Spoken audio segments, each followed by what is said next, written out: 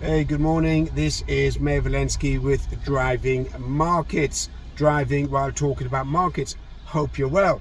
Okay, so anything said in this piece is an opinion only. It's not financial advice. It's not investment advice. It's purely an opinion. Hopefully give you a bit of information and knowledge. Let's kick off.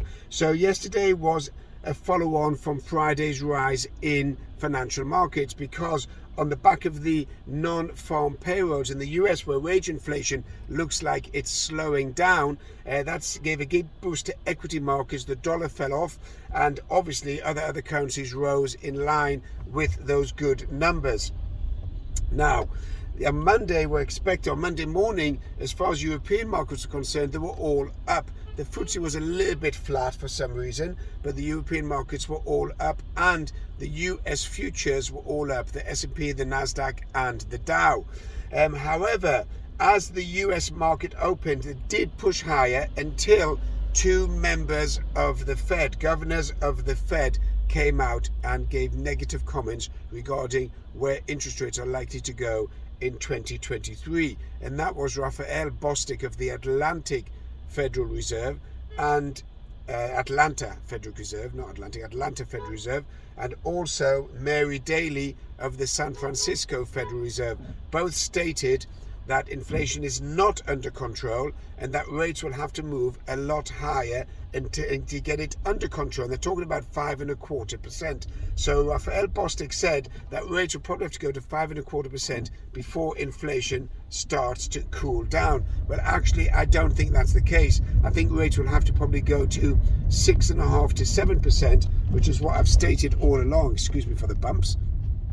It's what I've stated all along, for inflation to get under control. So you could see by July interest rates in the US at 7%, and that will hopefully get inflation under control in the US. Now, the general opinion is that inflation is likely to slow down. The numbers are coming out on Thursday. The CPI, the Consumer Price Index in the US, likely to show a slight fall. However, I don't believe that. I think it's actually going to show a rise on Thursday, and I think it's going to be a shock to financial markets. Obviously, if the rates are higher than expected, then that's going to push equity markets down and send the dollar up. Talking about foreign exchange, the dollar itself was slightly weaker yesterday against the majors, so the pound, the euro, the yen, Aussie dollar. Aussie dollar looks like it's going to get stronger overall, which is a indication of how they're running the economy there. So Aussie dollar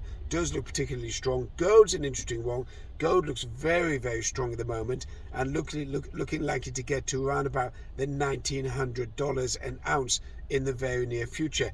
Oil also came off as China loosens on the lockdowns, reopens up, and looks like it's going to start breathing life into the Chinese economy. Oil's not going to come off too much, because what's likely to happen is, if it comes off too much, OPEC will just reduce production, and therefore the price will rise. Shares that went up yesterday, interestingly enough, was Tesla, Amazon, Salesforce, CRM, Google, and Netflix. All went up with the Nasdaq. The Nasdaq was up about 200 points and then ended up being up around about 60-70 points. Came off as those comments from the Fed, or the two governors of the Fed, came out with negative comments, and the Nasdaq, which is highly sensitive to interest rates, did come off and couldn't hold on to the levels we have seen recently. What you're going to have going forward, I want to be very clear here, this year you're probably going to see a 25 to 30% fall in equity prices. Probably see gold go all the way up to $2,000 to $2,200 an ounce, and then oil hang around the $80 a barrel. So you're going to have a big falls in 2023 on equity markets as rates rise, inflation rises, and there's more layoffs. Talking about layoffs, there's more and more companies now are laying off staff or restricting hiring. One of them's Microsoft, which is a huge part of the Nasdaq. Apple and Microsoft make up nearly 25% of the Nasdaq, so whatever they do will have a big impact whether the Nasdaq goes up or goes down. Something to take into consideration. The bonds, 10-year bonds, picked up yesterday to 3.59. We expect the 10-year Treasury in the US to start heading towards the 4.5 level again. as inflation rises and as fears of interest rates rise as well. That's it for now. You can subscribe, share, view it, etc., etc. This is Mayor Walensky with Driving Markets. Have a good day.